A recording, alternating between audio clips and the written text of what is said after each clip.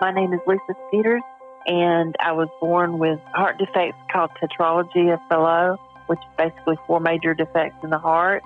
And I had surgery when I was 11 and then again at 19 and did considerably well over the years. Went on to college, started teaching school, got married, and then started noticing that I was getting really short of breath, more so than usual, and just fatigued. And 14 years ago, I was diagnosed with pulmonary hypertension. I have been not struggling with that, but living with it for the last 14 years, doing really well. But I was told that because of my heart condition and because of the pulmonary hypertension, it would be best not to have children. So adoption was a very easy choice for us. We kind of dabbled in surrogacy a little bit, but then decided against that because we knew there were already so many children that needed to be placed. And we decided adoption was the choice for us. I was born in the early 60s, 1963, when open heart surgery wasn't being done all the time like it's done now. Not making light of it now, but it just was still kind of in the pioneering days of heart surgery. So the doctors just said, let's wait until she has to have it. My mother actually found an article, of all places, a National Enquirer, about a doctor that was doing the type of surgery I needed in Birmingham, Alabama. She contacted and had all of my records sent from the hospital that I'd been seen here in Georgia. And the doctor said, yes, we can take care of her. And so at age 11, like I said earlier, I went and had surgery. I was a tiny little girl. I just didn't grow. And immediately after surgery, just began to do really well. Then 8 years later, when I was a sophomore in college, I started having heart failure. So I had to have the valve replaced that they put in during the first surgery. Just have done remarkably well with my heart situation since then.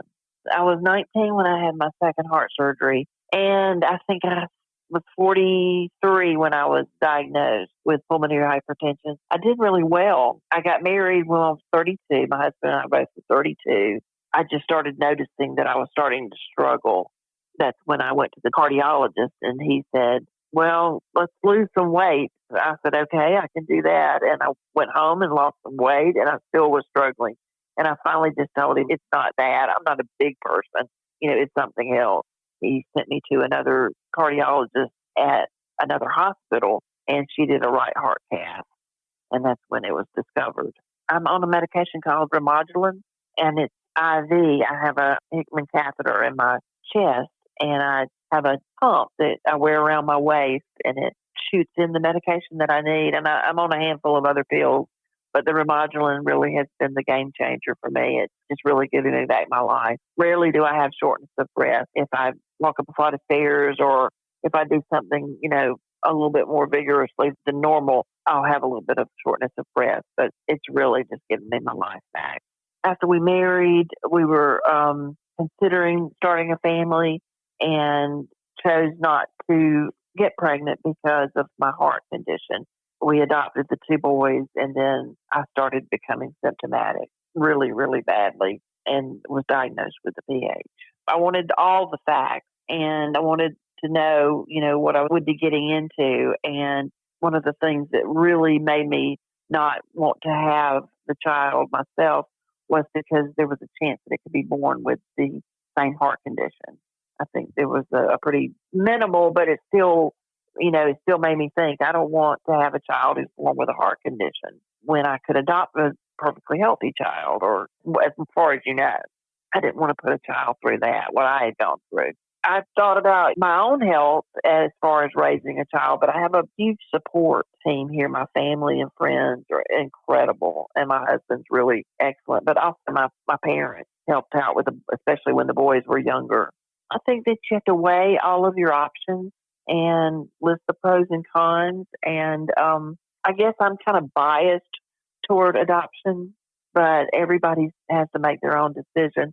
I just think you need to weigh out every little factor that you possibly can. And you'll second guess yourself a million times, I'm sure, but just weighing out each option, getting as much information about your own disease as possible. We're told at first that when I was first diagnosed, I had 2 to 5 years without treatment. And I know I was getting to the end. I was in bad shape by the time I was diagnosed. I just feel like with all the new medicines and all the treatments, and you have to also look at your own support group too, because I can't stress how important that has been in my life. Adoption has given me a reason to keep going.